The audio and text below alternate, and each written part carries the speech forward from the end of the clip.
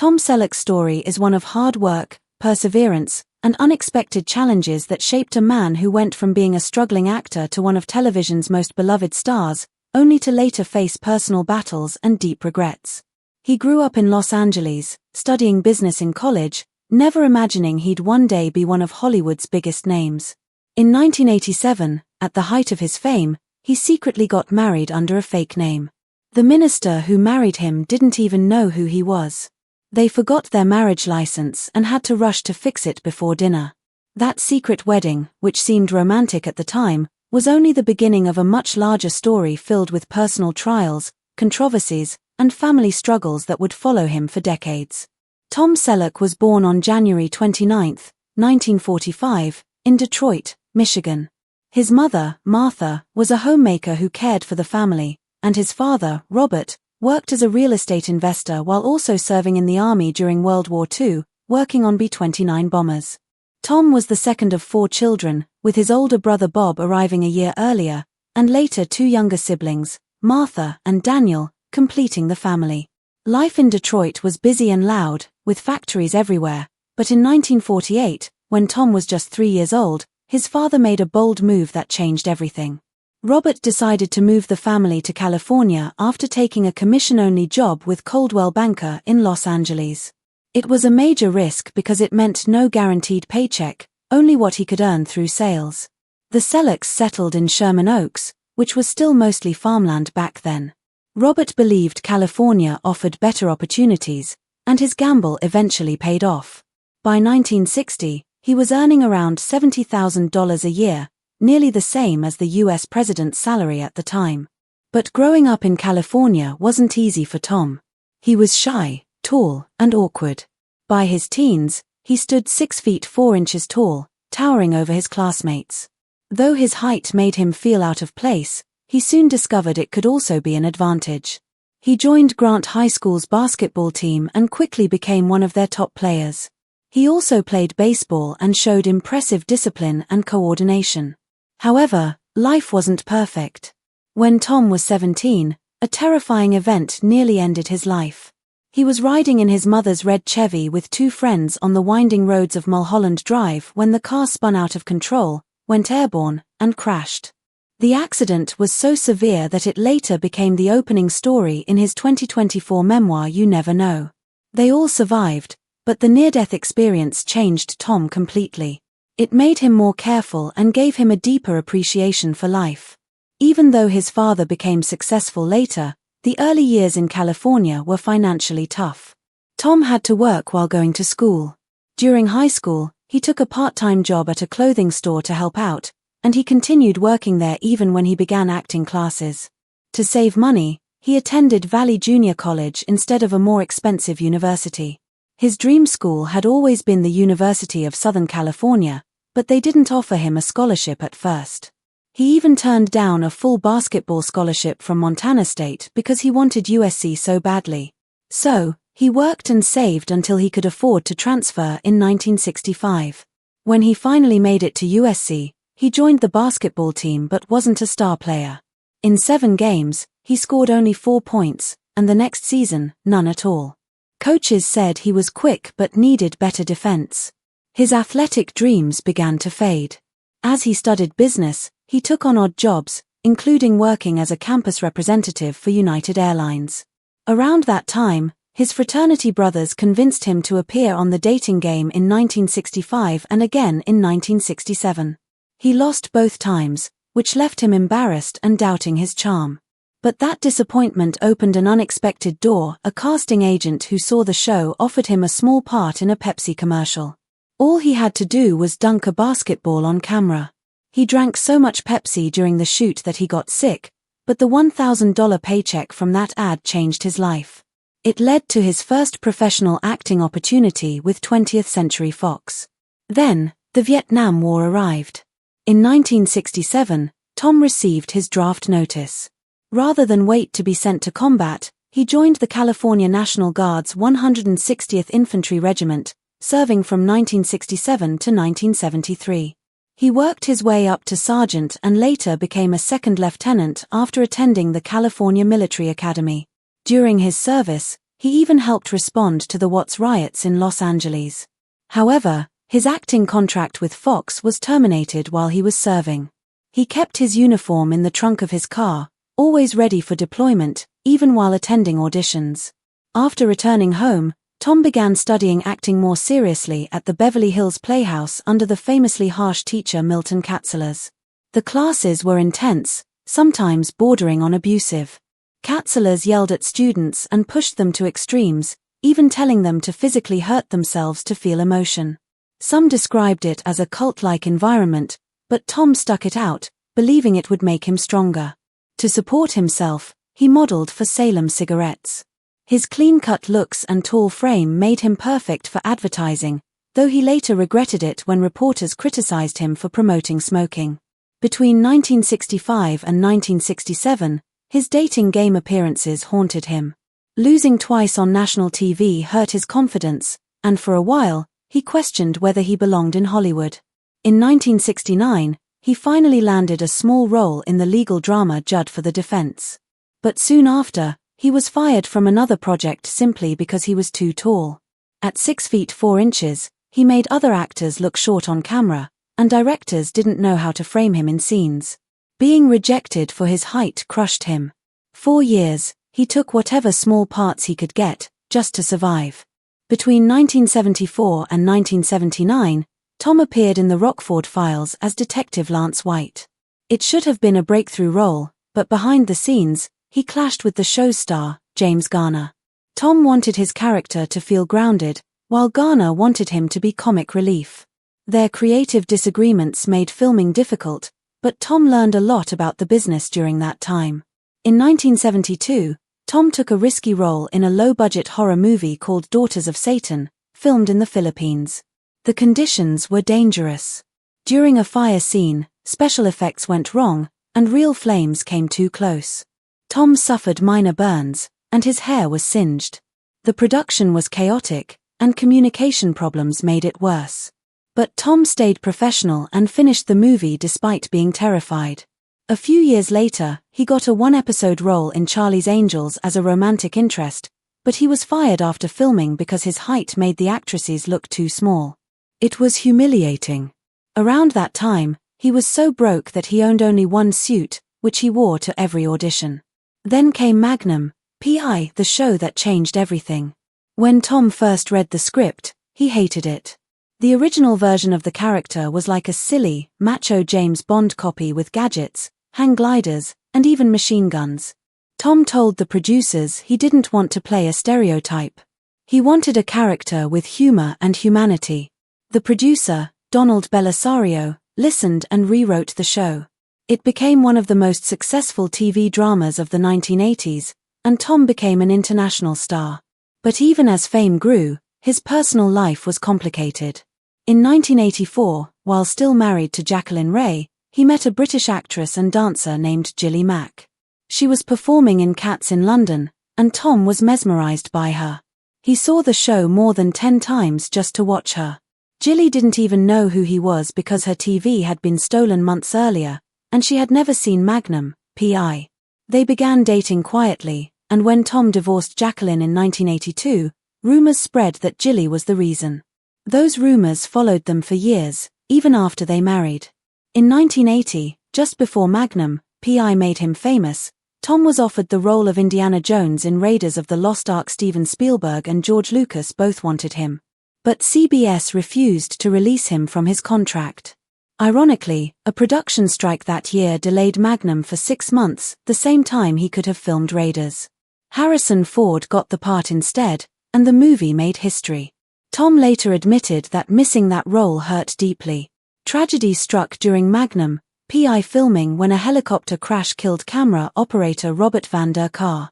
Tom was devastated and demanded major safety reforms, arguing with Universal Studios over costs. His persistence helped change how TV productions handled aerial stunts afterward. When Magnum P.I. ended in 1988, its finale drew over 50 million viewers, but the final years were tense.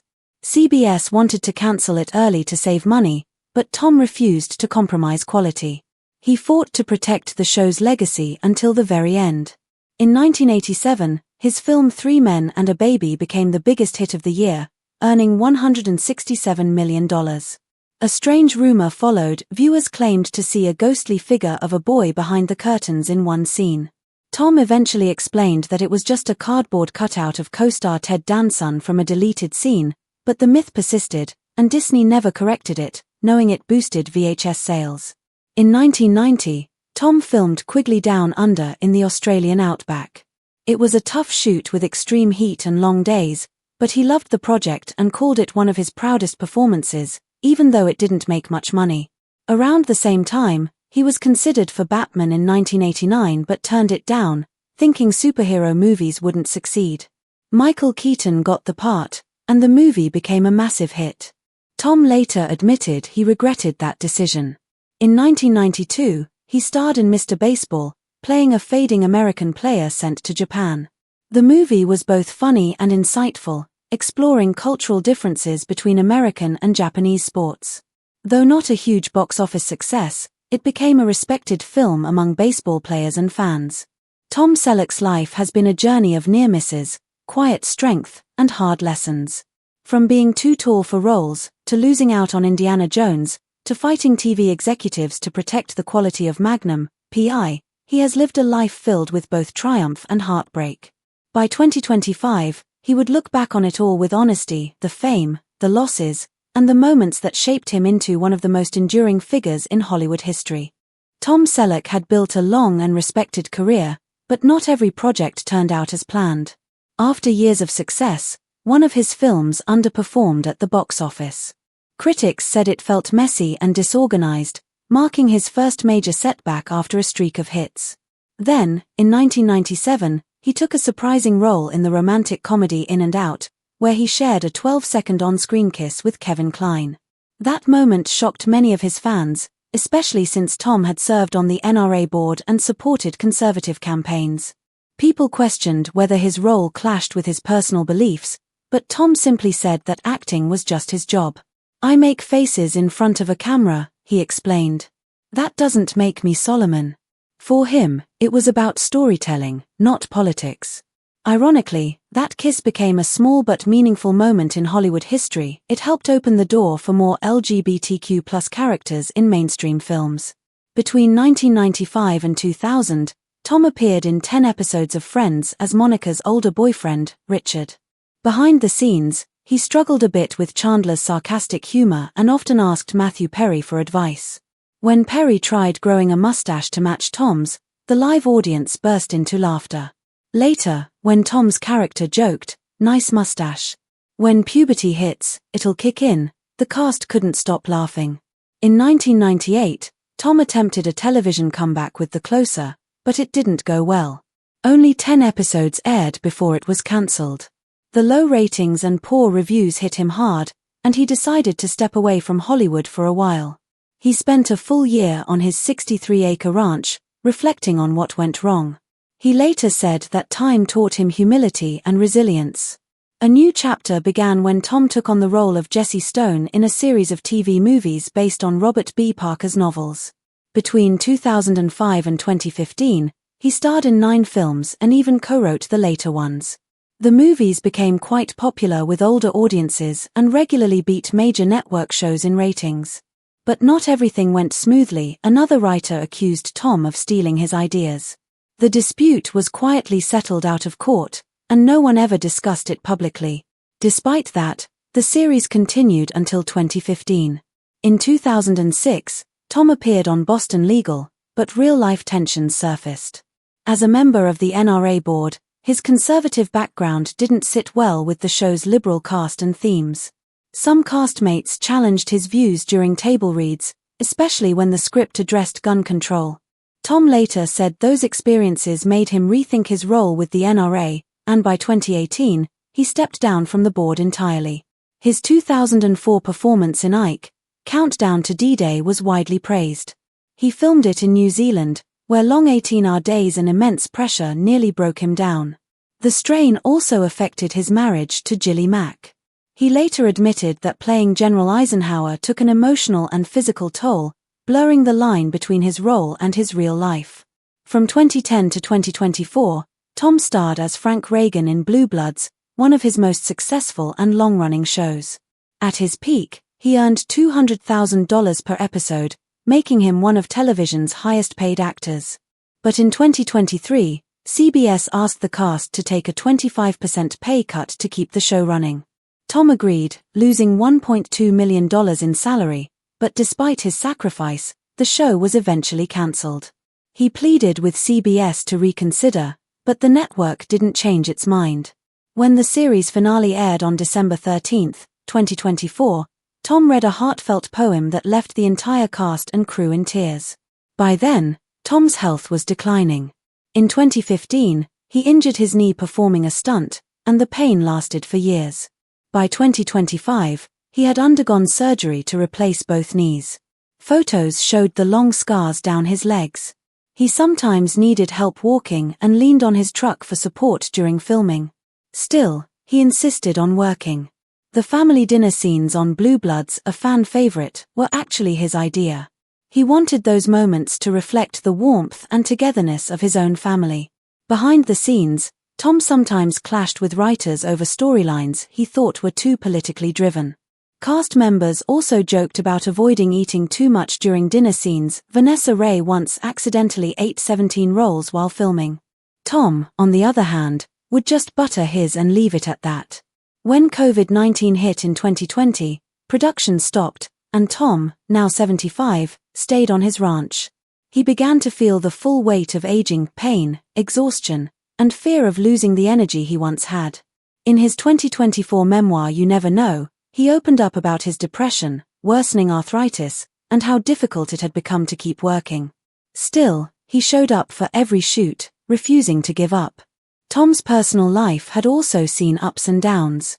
He married Jacqueline Ray in 1971, a model who supported him long before he was famous. For over a decade, she stood by him through years of struggle and financial hardship. But when Magnum P.I made him a star in the early 1980s, fame changed everything. Jacqueline began to feel left behind as she watched him on TV surrounded by adoring fans and women in Hawaii. She felt the man she had sacrificed so much for was slipping away. They divorced in 1982, and she received 3 years of support, a car, and a house. In 1987, Tom secretly married British dancer Gilly Mack, whom he had admired since seeing her perform in Cats in 1983.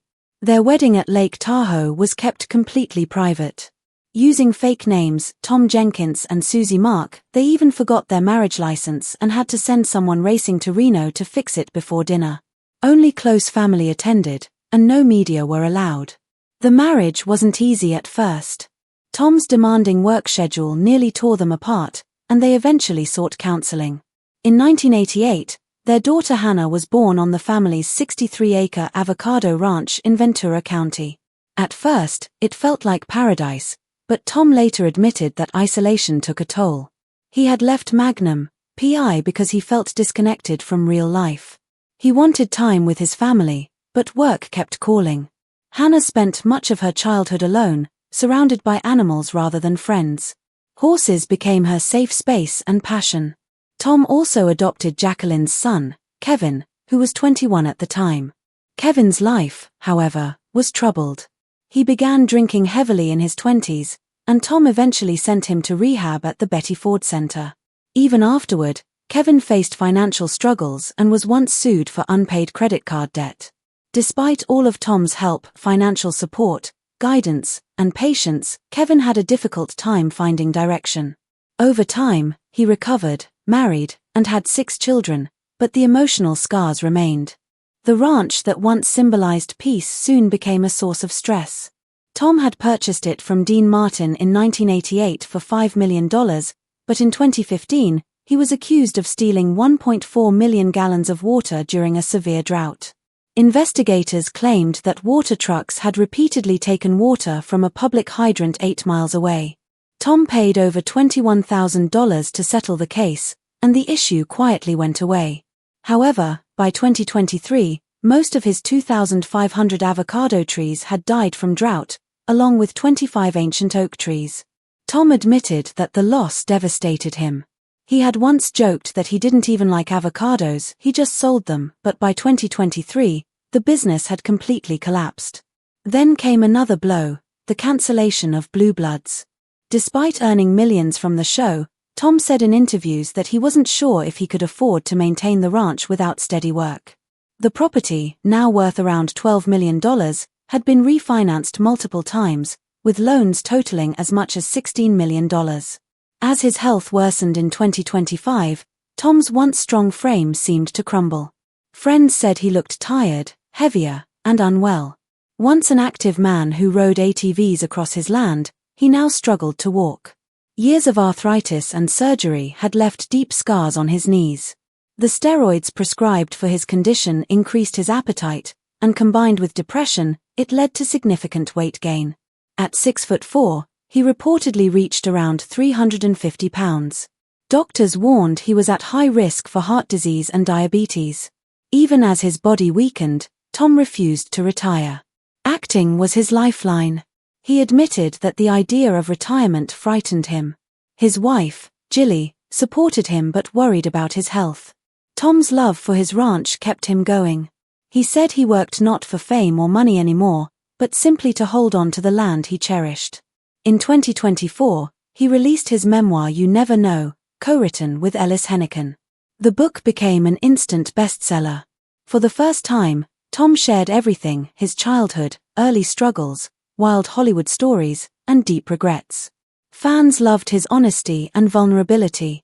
CBS later announced a Blue Blood spin-off called Boston Blue, starring Donnie Wahlberg. Tom hoped to appear in it, maybe as a mentor or a symbolic figure. But insiders said his health might prevent it.